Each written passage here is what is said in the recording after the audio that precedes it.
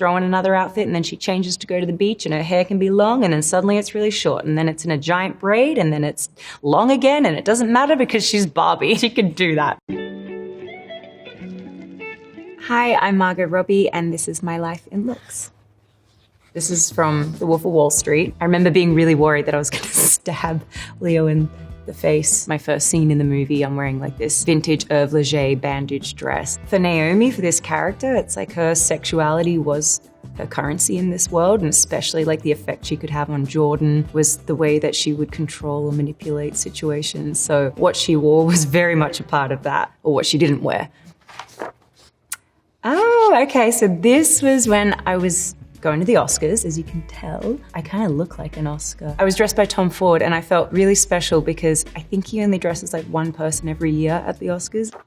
My first American Vogue cover. I was promoting Tarzan. I played Jane. Alexander Skarsgård played Tarzan, hence the theme that we latched onto, I think, for this shoot, the leopard print. It was just such a fun shoot. Merton Marcus shot it. Wolf of Wall Street was like the big shift in my career, and then this was a year or two after that. Harley Quinn. There's lots to talk about here. I played Harley Quinn, who's based on a comic book character. This is the first time Harley Quinn had been on the big screen. You can get a lot from a character just by how they look. I mean, you just look at that character and you're like, that is just bad news. She's got daddy issues. She's in a toxic relationship. She's been through stuff. I had all these tattoos. Like this one down here says, "Lucky You," right above her crotch. I actually pitched the studio Birds of Prey whilst we were shooting the first Suicide Squad. It was a couple of years before we got it going. I really wanted to see Harley like in a girl gang, interacting with other ladies. And this is I, Tonya. It's the second film that we produced, and I played Tonya Harding. She was caught up in this big skating scandal in the early 90s. We were replicating looks as closely as we possibly could to the real Tonya Harding and the skating outfits she wore and the way her hair was. She didn't have money and she would sew her own costumes. We took all of that into consideration with the materials we would use. Wouldn't buy anything from anywhere expensive, plus we were on a budget, so we couldn't afford to do that anyway. Deborah, who was the makeup artist, would always hand me like the eyeshadow palette and be like, stick your finger in it, rub it on your eyes. Tonya wouldn't have had makeup brushes. It's like, she's not great at doing makeup. You shouldn't look like a professional did you up. Even when you're going to the Olympics, she was doing her own makeup.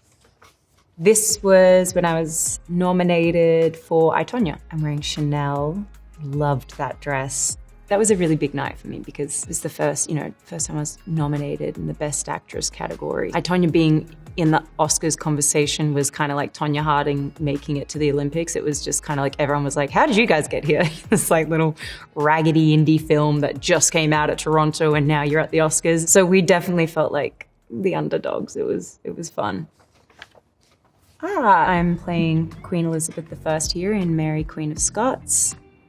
Alexandra Byrne, our costume designer, did so many cool things that are kind of imperceptible to the eye, but when you know what she was doing, you're just like, wow, that's really clever. For example, she had everyone's costumes made out of denim, which was just such a cool and weird choice, and it was just had this kind of like structure and this look. I was in constant pain and I couldn't breathe, and my movements were totally restricted, and it was perfect for the character. That's exactly what I needed. The portrayal of her in this film anyway is that she is completely trapped by her position. Love to break out of it, but can't. You can't even walk fast in that costume. You're just so restrained and everything has to be so controlled. In real life, Queen Elizabeth I got smallpox, so we played into that she would have been left really scarred, and that's why she packs on the makeup. This was, I think, the London premiere for Mary Queen of Scots, and I'm wearing Rodate.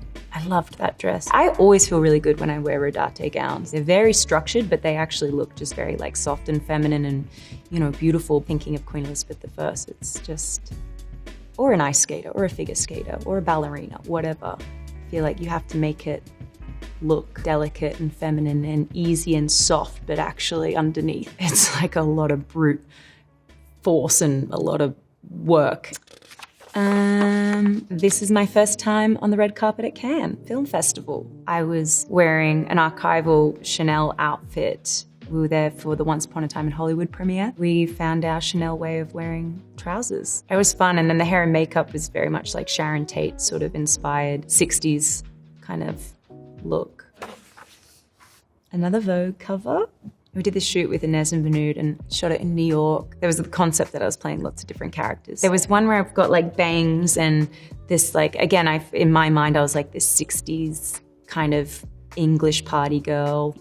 I don't know why, but that's what I latched onto. And then there was another one where I've kind of got like this short wig and I'm wearing like a suit, very masculine. And in my mind, I was like a male director. This is from Once Upon a Time in Hollywood. I'm playing Sharon Tate. I am literally holding a first edition of Tess of the D'Urbervilles, which Quentin gave me after that day of shooting. He said, you keep that. This look, this costume was special for a lot of reasons. One, he wanted the white go-go boots that was written in the script. I had this black Chanel purse because Sharon Tate always had her black Chanel purse. And I remember when I talked to her sister, she mentioned as well, she's like, she always had that purse. She loved that purse. Playing Sharon Tate was like being on holiday every day because she was just so happy and lovely and like lighter than air and just this golden floaty angel. And so I just felt like, oh, happy and floaty every day as well. Shortly after this, my character walks into a movie theater to see herself on the big screen and she kind of kicks off her go-go boots and puts her feet up and settles in to watch the movie. But my feet were dirty because I'd been walking around set. They stayed dirty in the movie because Quentin said, don't clean them. Someone ran in to do it and he was like, no, it's real, keep it. This isn't that long ago. This is the London premiere for Amsterdam. This is Celine and I loved it. I found over the years that when you do a premiere in Leicester Square in London, there's always a ton of wind. So you kind of got to pick your outfit to work with that. And if you pick the right outfit, it can add a whole lot of drama and look amazing. On the flip side, if you pick the wrong outfit, it totally destroys your look. I was very much dressing for the weather.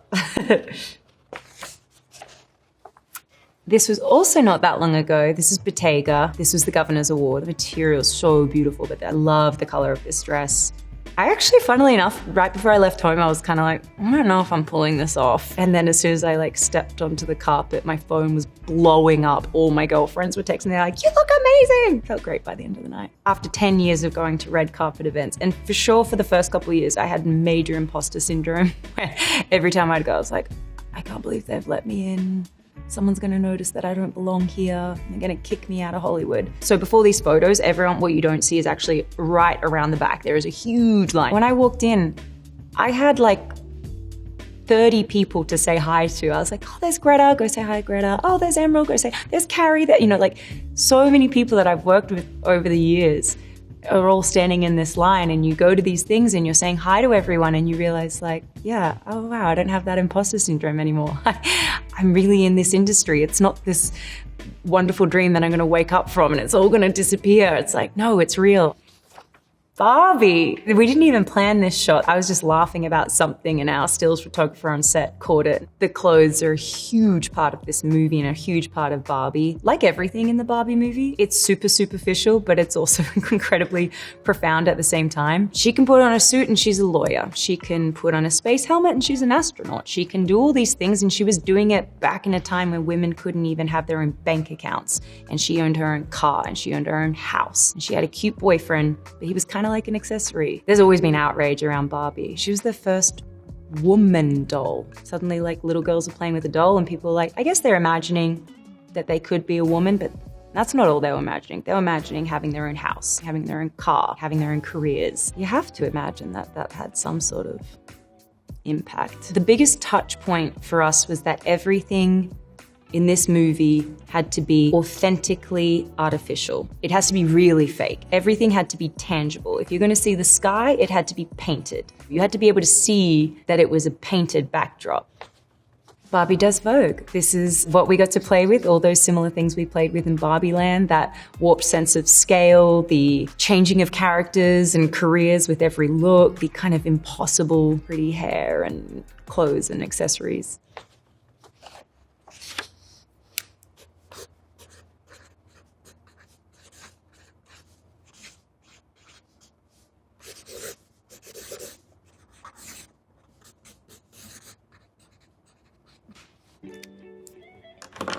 Thank you, Vogue. That was my life in looks.